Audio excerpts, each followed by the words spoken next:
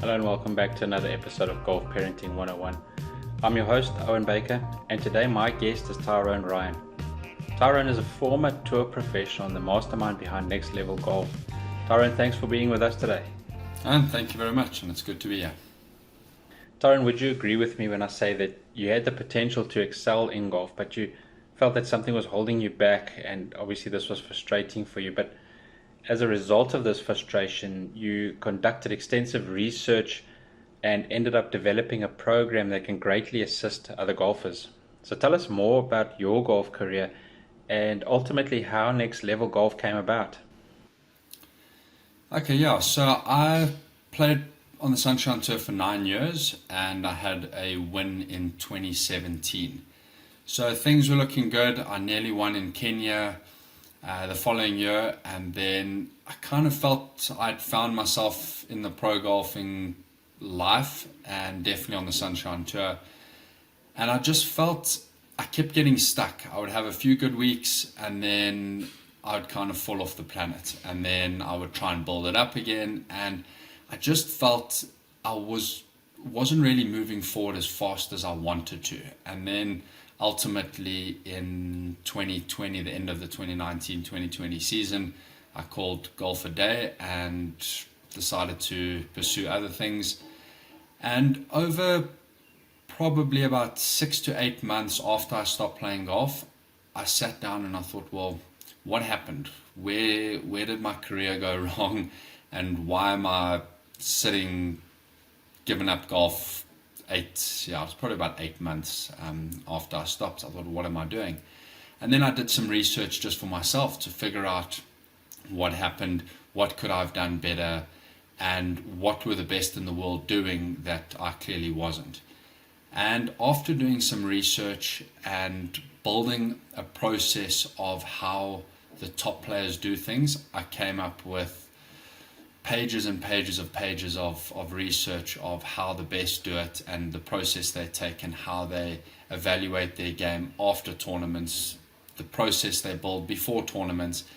And the more I got deeper into this research, I started formulating ideas that I could use on my own. And as I built this, I touched on all of the aspects of the game except the technical. And once it was done, I thought, wow, I've actually got quite a lot of information now, and this could help a lot of other golfers who are in the same position I'm in.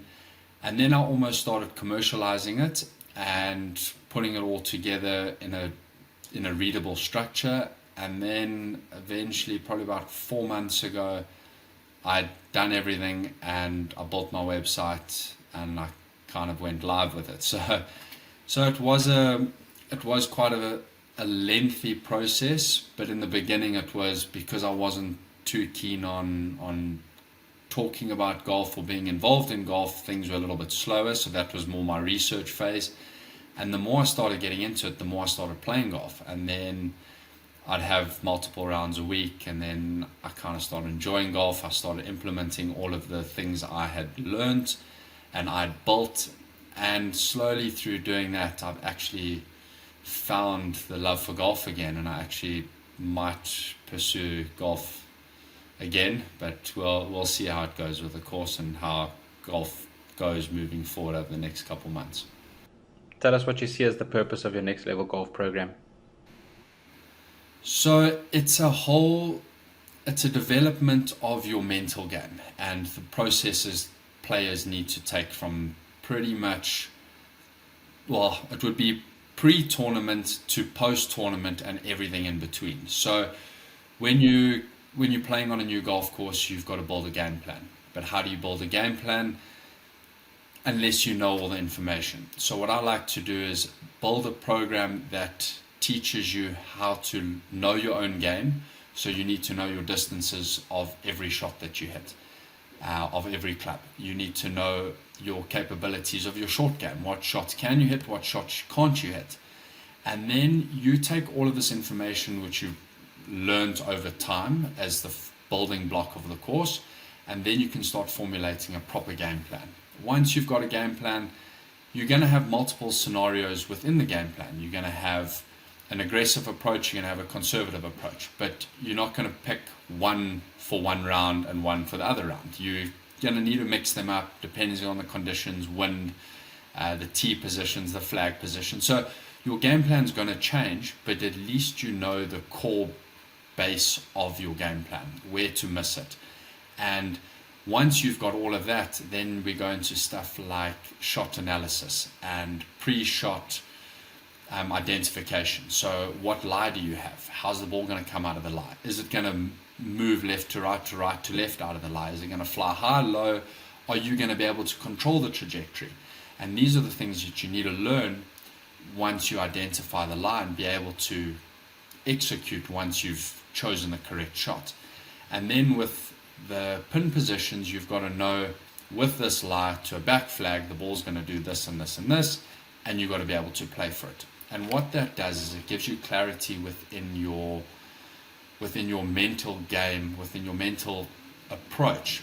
It takes the guesswork out of it, and you're not always going to hit the exact shot you want. It's golf. No one ever hits the perfect shots, but if you've done your game plan correctly and you've got your misses in the right spot, you're going to eliminate those bad mental mistakes. And the problem that I faced was I would walk off the course and I was making multiple mental mistakes. Now in golf, the only mistakes you should be making is the odd bad swing or the odd tweak putt or something like that, which I sum up as the game of golf. It happens. You're never going to hit it perfectly all day, every day, but you can always control your mental thoughts and your emotions. Now with the process, you go through all of those things in the analysis of the shots of the round, and then you get to the post-round analysis, post-shot analysis. And by doing all these things, one, you're learning after every shot you hit, and two, you're learning after every round you play. And ultimately, you can use that as your building blocks to get better at golf. And it's a long process, and it's not a quick fix overnight you're going to become a better golfer, but it's going to teach you the fundamentals to manage your own game, to manage your mental side, to manage your preparation, and then ultimately managing your practice. Because a lot of guys will just practice aimlessly trying to fix their golf swing. But it wasn't their golf swing that caused them to make those mistakes, it was their mental approach. So I've tried to get away from the technical aspects completely, and you do need to have the technical side dialed in with golf. Not saying you don't need to do that, it does need to be there. But at the same time, many people focus too much on the technical side and not enough on the mental side, and only once their game hits rock bottom, then they decide, I need to go see a psychologist, I need to get a better mental game. But by that stage, your fundamentals of the technical side have fallen, your confidence has fallen. Now you're expecting a psychologist to give you a few words of wisdom and you're going to regain all that confidence back. It's not going to happen. And a lot of players do that, and I've seen it with players, and it happened with me. So this whole process is to build a full understanding of yourself as a golfer and build on your weaknesses rather than building or practicing what you think you need to do to get better. And it's a long process, it's a long course, but ultimately, and it's something you don't learn and then it's done. It's an ongoing process. And if you watch the best in the world, there was a few guys that I really try to focus on was Tiger, Phil Mickelson, Jordan Spieth, Bryson DeChambeau, and Scotty Scheffler. And if you watch what those guys do on a golf course, they're incredible technically, and their games are so good, but you watch how they manage their games throughout every tournament, and it's just on another level. And it's no wonder why those guys win the amount of events they do, just because of their game management. Now we know there are other coaches teaching ways of scoring better through better course management. So give us an idea of what sets your lesson structure apart from the other programs available. So there isn't too many of these programs out there. There is a couple that touch on certain aspects of the game, certain aspects of the mental side. But where I think a lot of guys get the wrong information from is guys will find a YouTube video that says hit the ball further. But the problem with that is it's not a problem to want to learn to hit the ball further, but how you go about that is going to ultimately affect how much further you hit the golf ball.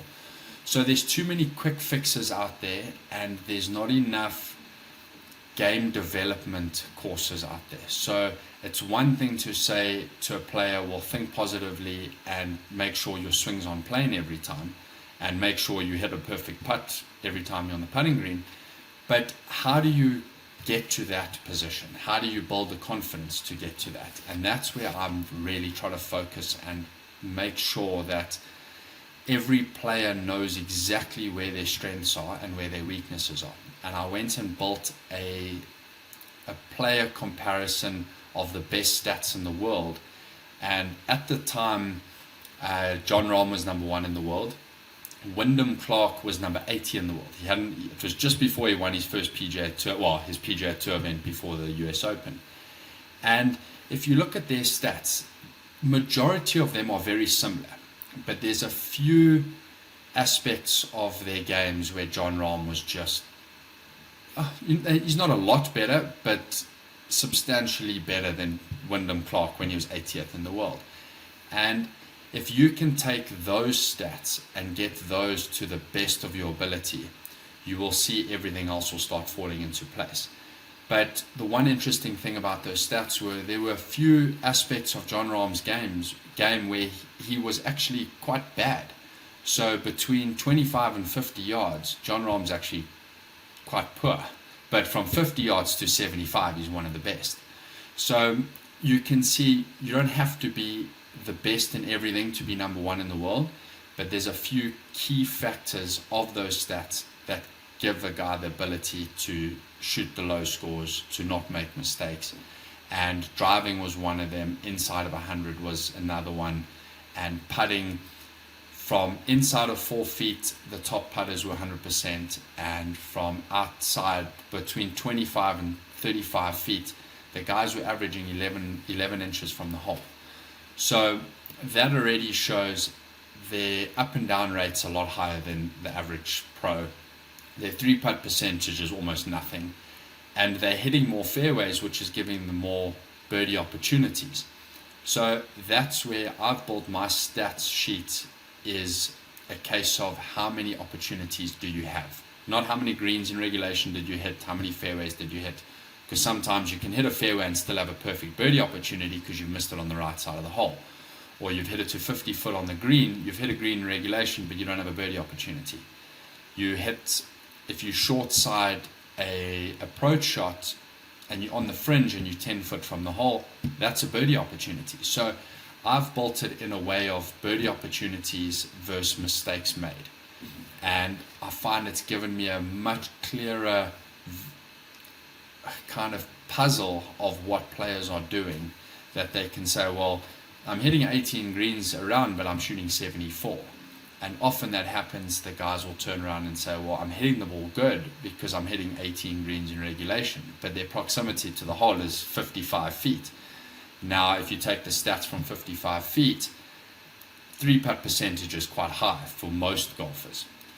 So if he's shooting 72, 73, but he's hitting 18 greens around, his putting's actually good. It's his approach game that's wrong. So you've got to be careful how you get into the stats, and that's where I've really tried to focus on, is a player needs to know exactly where their game is and not lie to themselves and say, well, I'm good from 50 yards, because from 50 yards the stats might say something else. So it is a lot of homework for the players. They are going to do a lot of kind of work off the golf course, but ultimately once they've got into the swing of how things work, they can definitely start building a formula where they can start relying on their strengths and hopefully just not see their weaknesses. Now, there's a long list of stats that we can gather from a golfer's playing history, but the key is to look at the stats that will take the guesswork out of what part of their game they need to work on, but at the same time continuing with maintaining their strengths. So which statistics do you use to improve a golfer's game, and how? So that filters down from once you get your distance control information, you can build your game plan. And if you build your game plan to your strengths, you're very seldomly going to have those awkward distances 50 yards to a front flag. So your game plan will be the key to your strengths. And when you're out of position, you will learn to have the ability to play logical golf rather than just try and make par from a bad spot and lay it up to a bad spot and end up making bogey when you could have actually made birdie if you played to your strengths. And that's the whole approach I want to take, is taking a person's strengths from, you work on TrackMan, you get your distances. Now those distances will vary week to week. They will vary, not a lot, but obviously the altitude will play a role, wind. So you've got to know that in living in Joburg, we don't have to deal with too much wind or any of that. So our stock distances are relatively the same. And if you know your numbers and you know that if you're going to hit a flighted fade, it's going to go this far. If flighted draw is going to go that far. So when you're standing over a shot and you are in trouble, you know, okay, to that flag, I like to hit a low draw. So in order to hit a low draw, I need to have 145 to the flag. And if I want to have 145 to the flag, where do I need to lay up? And what side of the fairway do I need to lay up to give myself the best angle at that hole and the best chance to hit a flighted draw 9-iron to ultimately make birdie? So because of your knowledge of your game, where your strengths are, where your weaknesses are, and you knowing your numbers to an exact tee, you can formulate an exact game plan and an exact mental approach on each hole. If your game plan does go a little bit sideways and you do hit it out of position, you're able to, one, think positively about the situation and you don't worry and get anxiety and think you're going to make double bogey and so on and so forth. But you've got a clear mind when picking the right shot. You know your ability of your distances to, if you do hit it to that spot, you can hit it to give, because the stats of previous rounds have told you that from that distance, when you hit that shot, your proximity to the hole is 10 foot. So you know you just got to hit a stock standard average shot with that club and that trajectory, and you should hit it to 10 foot. And 10 foot, your putting stat says you're pretty good. So by having all of that information, your mind is a lot calmer, your mind's thinking more clearly. And by doing that, you make better decisions and ultimately having less mistakes on the golf course. So let's say I'm a parent of a young golfer who is showing potential, and I'm now convinced that there are benefits to pinpointing problem areas through stats tracking, etc. So I schedule an appointment with you and I bring them to see you. Can you describe the process you go through to identify strengths and weaknesses? Okay, so first of all, they would need to spend some time on a TrackMan, get to know their distances exactly. And how they do that is every shot depends on the age and the ability to shape the ball. Are they a two-shape player? Do they prefer the one-shape? If they're a one-shape player, then they want to have their distances of flighted shots, normal shots, high shots, and then if they shape it both ways, you want it to be moved, or you want distances for both shapes. Then you have 3 balls. So you have 3 balls for each shot, and you take the average. Unless the one was really poor, then you take the average of the 2. You should never, your distances should never be so far apart that your averages are very skewed between the 3 shots. If you hit 3 out the middle, they're going to be very similar. So the first thing is to get your distances. Then what you do is you go onto a golf course. Their pitching, you can get into serious detail with pitching distances. You can go every 5 yards, you can go every 10 yards. And what you do is you build a baseline of proximity to the hole from 25 yards, 35, 45, 50, 65, 75, all the way to 100 until they stop using their wedges, until they start going to a full shot. So full shot distance, you're already going to have the numbers from the TrackMan. So anything that will be within a pitching style, you go onto the course, get those numbers. Same thing, 3 balls, and you can do that in the afternoon. Now you have your general idea of your numbers, pretty good idea of your actual numbers because of TrackMan. But these are something that's an ongoing, you try to do every 2 weeks just to make sure everything stays sharp. Once you've got those numbers, then you look at building game plans. So then you pick a golf course, I'll teach the guys how to build a game plan, a conservative approach and an aggressive approach. Then what you do is you go onto the course with that game plan, and you go and you play around and you see, and that's where the practice round comes into play, because that will teach you where your misses are, what the right angles to the hole are, to each flag. And then once you learn how to identify those sort of your miss, your flag positions, your angles on the course, now you've got a really, really good idea of what you're going to do in the tournament with your game plan. So that's kind of the first step to get onto the course. Now when you're on the course, that's when you'll start learning about your pre-shot analysis and your post-shot analysis. And that's something I'll work with the guys while they're on the course, because each guy has a different mental thought before they play. They've each got a different trigger on their golf swing before they hit.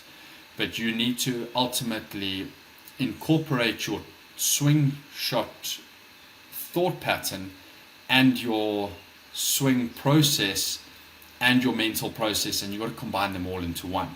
But you've got to have kind of a systematic approach to it, because if it's not, then your mind's going to be all over the show. So that's when I work with the guys to build a pre-shot routine that is sound, that's consistent, that they can do over and over again. So while they're doing that, I incorporate the shot analysis. And then once they've got the shot analysis, then we can start working on the post-shot, the post-round. But ultimately, it's just about getting them knowing their distances, learning how to build a game plan, and then executing that game plan on the course. And that normally takes about 4 to 6 weeks to really get comfortable with it. And then from there, we start building on into the more in-depth post-shot and post-round, and then practice drills after that. So ideally, you want to get the guys comfortable with how to do it, knowing their game, and then building game plans. And then at least they can almost start competing straight away with that information.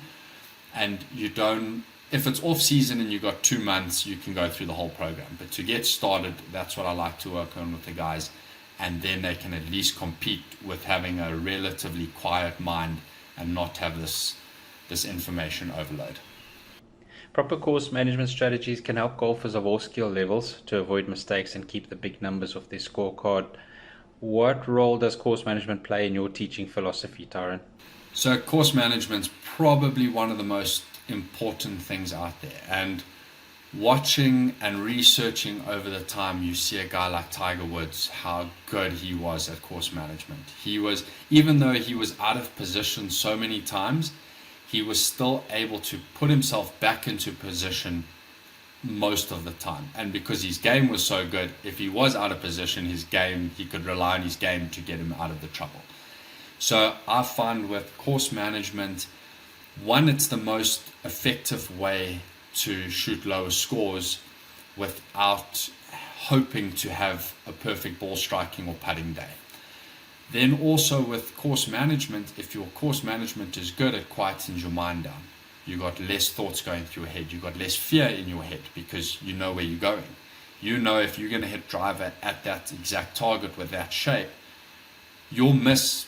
Even if you miss it, you're going to be in a good spot. So one, it's going to quieten your mind down. It's going to give you confidence when you do hit the shot because you know exactly what you're doing. And ultimately, if your mind's quiet, you know where you're going, you're going to swing the club freely, which means you're going to be on plane more times than not because you're not tense. And with that, gives you the ability to attack flags more often and play safe less. And the more aggressive you can be, especially on low scoring courses, ultimately the lower your scores and more chance of winning tournaments. I'm interested in understanding the techniques and strategies you employ to help students develop a robust mental game. Specifically, I'd like to know how you equip them with the necessary mental tools and resilience to perform optimally, even under intense pressure and high stress situations. Could you shed some light on your approach to mental coaching and how you help students develop a mental game that will help them perform better? There's You can get quite deep into the mental side of things, but ultimately, if you've got a rock solid process, your mental game most of the time is going to be very soundproof. And like I said, if you know where you're going, you know your game, when you're feeling those nerves, there's two types of nerves. You've got anxiety and then you've got pressure. Now, you don't really want anxiety when you're playing sport, but you're always going to have the pressure, because the only people who don't feel pressure is the guys who have won multiple times, who have been in that situation, who have learned from it. A guy like Tiger, I don't think, gets very nervous compared to a guy who's never won a major before walking down the final stretch. So you can't control how you're going to handle that pressure. Every person's different. Some people control a lot better than others.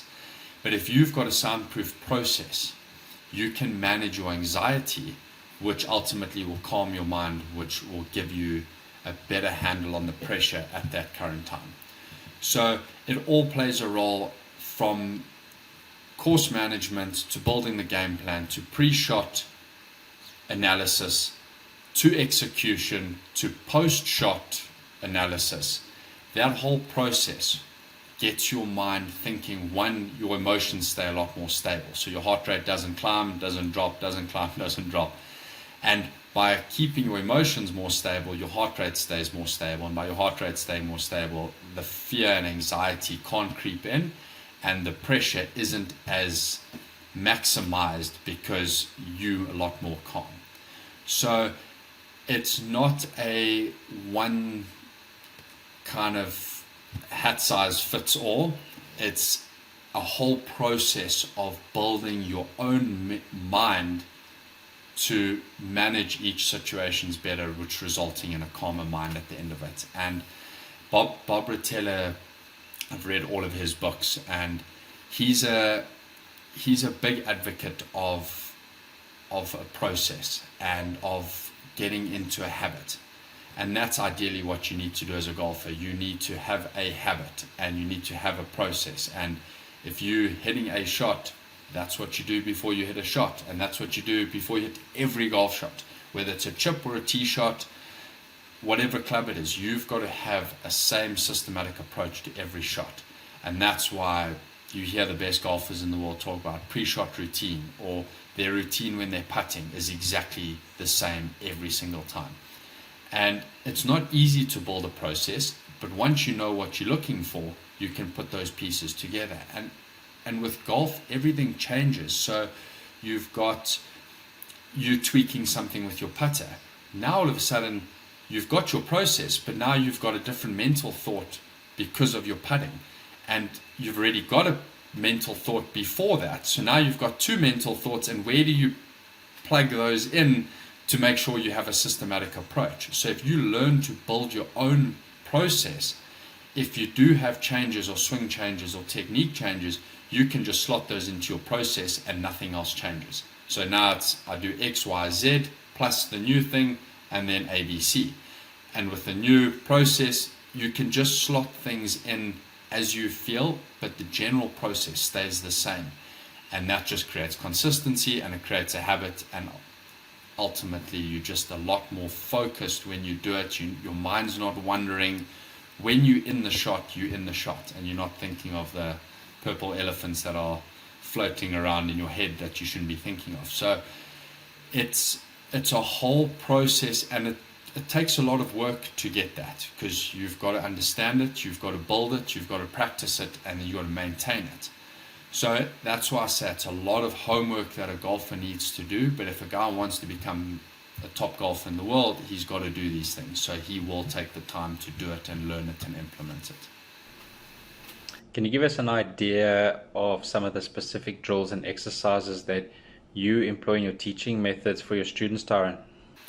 So when it comes to the technical aspects, there's obviously a lot of drills out there from drivers to putting that you can do, but ultimately each drill has a purpose and each player needs a specific drill to help them get better in exactly what they're struggling with.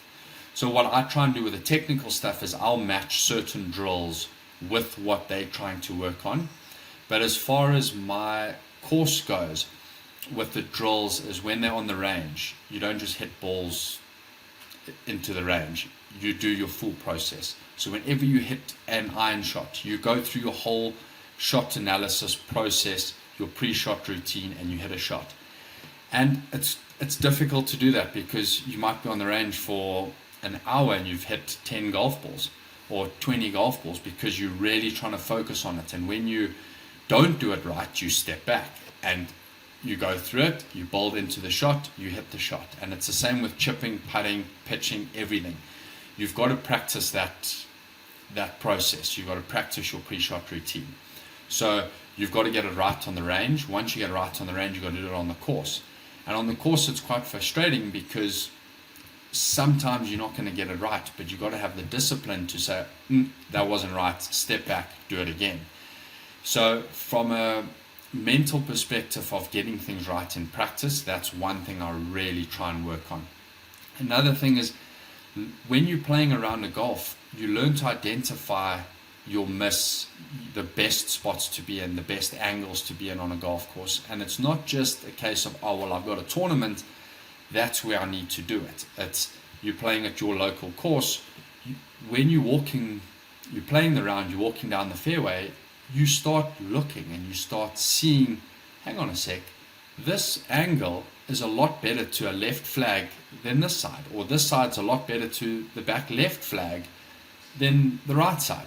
And once you start putting that stuff into practice, you'll start being able to see it in tournament conditions, tournament courses, practice rounds. You'll start being able to see it a lot more. So it's quite a weird approach because it's not so much you do this with your game to get this result. It's about building your mind to see things that you've never seen before and getting it to realize that, hang on, I can play golf very differently on these certain holes than I have been in the past, and I can probably get better results. So it starts opening your mind up, thinking outside the box would be the better term, to really understand how to play golf, how to maximize certain shots on a golf course. And by doing that over and over again, you building your mind, you're becoming mentally stronger, you're becoming mentally aware of your surroundings, of how to play. And with that actually creates more creativity within the technical side of your game than you would have before, because you know, if I'm on here, it's better, but from here I need to hit a fade. I don't know how to hit a fade. Let's practice and learn how to hit a fade. So you start seeing golf from a very different perspective than what a lot of players are, very narrow-minded when it comes to their mental approach. Hit driver, try and hit their wedge close, try and make the putt. But if it doesn't go like that, then they shoot a bad score and they say, my swing was all over the show today, that's why I shot a bad score. So it's not so much a process that you learn from a textbook, it's a process that you learn within yourself to get better. And a lot of people don't know how to do that, and that's where I've learned how to do it and how to teach guys to do it, because ultimately they do become better golfers by learning themselves rather than just getting told something. Many golfers have not used any tools to analyze their games before, so this would be very new to them. How can you instruct and guide students to conduct a thorough analysis of their games, understand the strengths and the weaknesses therein, and subsequently set realistic and achievable goals that can help improve their skills and strategies? What are the key steps and methods that can be employed in this process, and how can they be effectively applied in a teaching and learning scenario? So with the stat sheet that I built, it's quite a simplistic approach to it. So it's not like a strokes gained where you need to pace out exactly how far you were from the hole. So it's a lot more simple, but it gives you enough information to know what you need to work on and where you're struggling. And it's a very fair way of doing it, because if you're a good putter and you're very confident from inside of 10 feet, ultimately, if you want to have a birdie opportunity, it's got to be roughly within 20 feet. You could consider that as it's a birdie opportunity. So what I like to work on is, if you've hit the fairway and you've got a very good angle and shot to the flag from a driving perspective, that's a birdie opportunity. If you've hit it inside of 20 foot, that's a birdie opportunity. Now every player is different, because some guys are unbelievable from 20 to 30 feet. So for them, 30 feet would be a birdie opportunity, and each player would be kind of different according to what their natural strengths would be. Then what they do is they take those general stats and they will get an idea of what they need to do. Then from there, they can start getting more in detail of exactly how far they are. So I like to work between 5 and like a 5 feet differential, because it's quite easy to work out if you between 10 and 15 feet, rather than saying, well, I'm 12 feet. So it's more of a general idea in the beginning to get an idea of where they're really struggling with and where they're really good at, because that's the point of departure. If a guy's terrible from 50 yards, then he's got to make sure for the next 2 months he's not hitting it anywhere near 50 yards of the flag. He's got to be between 75 and 100. So those stats will give you a good idea of what you're really good at and what you're really bad at. And then from there, you can start saying, okay, well, this is what I'm going to do. This is how I'm going to do it. And over time, those stats will become a little bit more in depth, and you'll start building a more and more, well, you'll get more data on more rounds, which will give you more shots, which will give you more statistics to work on. So it is an ongoing process. Every round, whether it's a tournament round, social round, you're always going to be building those stats. And in the beginning, it's got to be casual. You should be able to say after the round, sit down and do your stat sheet, because it's not that in-depth in the beginning, but it gives you a clear indication of, hang on a sec, today in 18 holes, well, call it 14 holes that I was hitting tee shots onto the fairway, I only gave myself 4 birdie opportunities. Okay, well, why was that? Because of X, Y, and Z. On the par 3s, you've obviously got 4 birdie opportunities on a par 3, because of it's a par 3, you're going straight at the flag. But then you can narrow it down to 2 of the par 3s were over 200 yards. So that, to me, I feel I'm not that good from over 200 yards. So realistically, I've only got 2 birdie opportunities on the par 3s, and the other 2 are par opportunities. And you've got 4 opportunities in the other 14 holes, birdie opportunities. So in 18 holes, you've given yourself 6 birdie opportunities. That's not really going to work. You should be giving yourself at least 14, 15, 16 birdie opportunities if you want to start shooting lower scores. So the general idea is a good place to start off with, because it gives you a baseline of what you need to start looking for and how you're going to process it moving forward. But it is a very basic and easy way to start, and then all depends on how scientific you want to get into it and how deep you want to get into it. That's up to you. If you want to make sure that you know exactly you're 10 feet and 4 inches from the hole, that's up to you. So that's it. It all just depends. From a beginner can use it super simplified. A guy who wants to know every detail, he can go the full way and do it to the inches if he wants. Let's talk about the golfers who find themselves trapped in a seemingly endless cycle of stagnation and feeling stuck, not improving and struggling, trying to break free from this rut and trying to make progress. As an expert, Tyrone, what guidance, insights, or strategies could you offer to these golfers to help them navigate their way out of this situation? First of all, working on technical stuff is not going to get you out of that hole. 100% not going to get you out of the hole. As much as you practice on your technique and your swing and your theories that you've got regarding the technical side of golf, That's not going to fix. You've got to start looking at it from rebuilding your game from a mental perspective. Because if you've lacking confidence, or you've got bad mental vibes from your last few weeks, months, years, no matter how good your swing looks on camera, you're not going to be able to execute good shots with a lack of confidence mind. So you've got to sit and say, I need to fix my mind. How do I fix my mind? Okay, we're going to build up steps.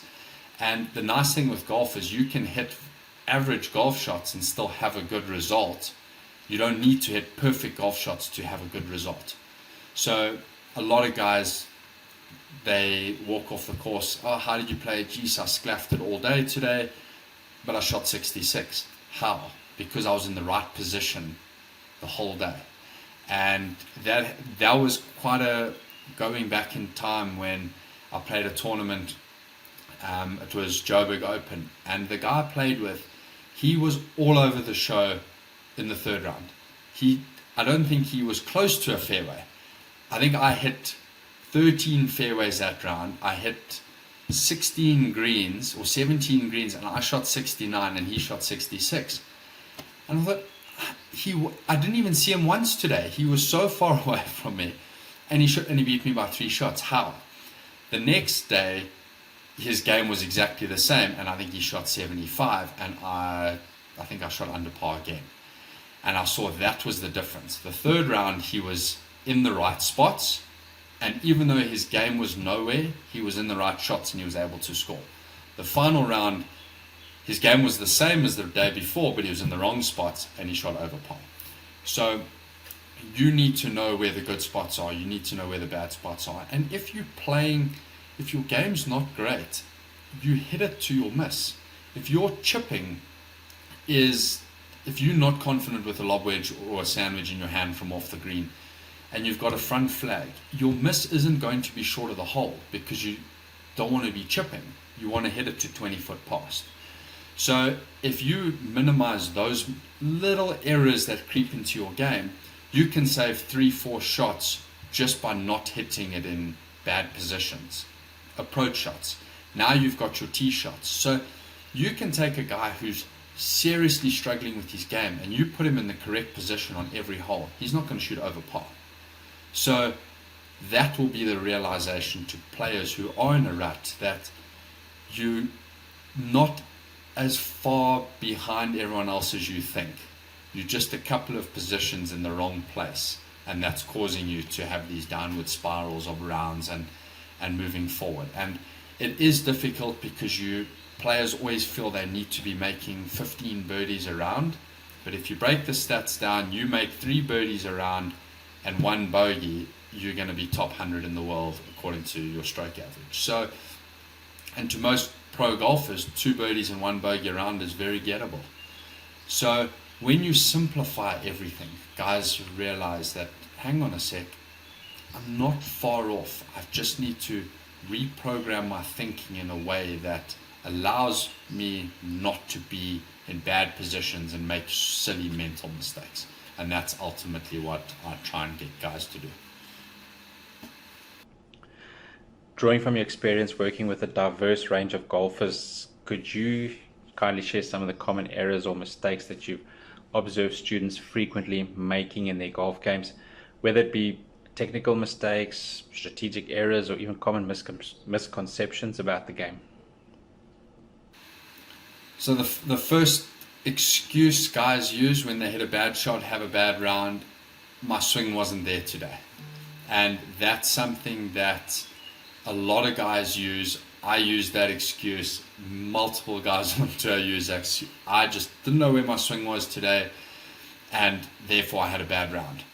Now, you can take very average golf swings all day and be in the right position and score well, but guys don't. There needs to be a shift in the way people coach, especially in South Africa, whereas a lot of guys think if you want to become better at golf, you go and work on it on the driving range, or you work on it on the chipping green or the putting green. And yes, that is true to a certain extent. If you're not doing the homework off the course, you're never going to be able to excel, even with the best technical ability on the planet. So guys need to buy into the idea. That's the first thing. They need to look at this and say, this actually is going to work and I need to give it a go. And a lot of guys like the idea of it, but when it comes to putting in all that work, they kind of shy away from it and think, well, let me just go and work on my swing and hopefully my swing will give me better results on the course. And that's where a lot of golfers, and once they've hit rock bottom, unfortunately, those are the guys that want to just get the quick fix because they need to play well in the next tournament. They need to finish top 10 in the last week of the year to keep their card. They're running on a lot of emotions, a lot of fear, a lot of anxiety, and those guys, they don't have the time to sit and go through a whole 8-week, 12-week course to try and get better. They need to find something in the next 2 days. And that's why with breaking up the whole course to small segments that are beneficial to every person in the right situation, you can work on little bit by little bit by little bit, and you don't need to know the whole course right off the bat. But the one thing I have found is every person I've spoken to thinks the idea is unbelievable, but when it comes to doing homework, not a lot of guys are very interested in doing the homework. And unfortunately, that's where the best players become the greatest, is doing the homework off the golf course and training correctly in the gym, and doing the small things off the course are going to make the difference on the course. And I think that's where the serious golfers will look at doing something like this, where they really focus on the process of golf. Whereas if a guy's just kind of wants to go with the flow, he's not going to be interested. So it definitely depends on the person and how willing they are to improve their game. And this is something that Phil Mickelson at the PGA, when he was 50 years old when he won the PGA, he's still learning course management techniques at 50 years old and a multiple major winner. He's still learning of ways to improve his golf. And that's where this course is it teaches you a skill that you'll use for the rest of your life.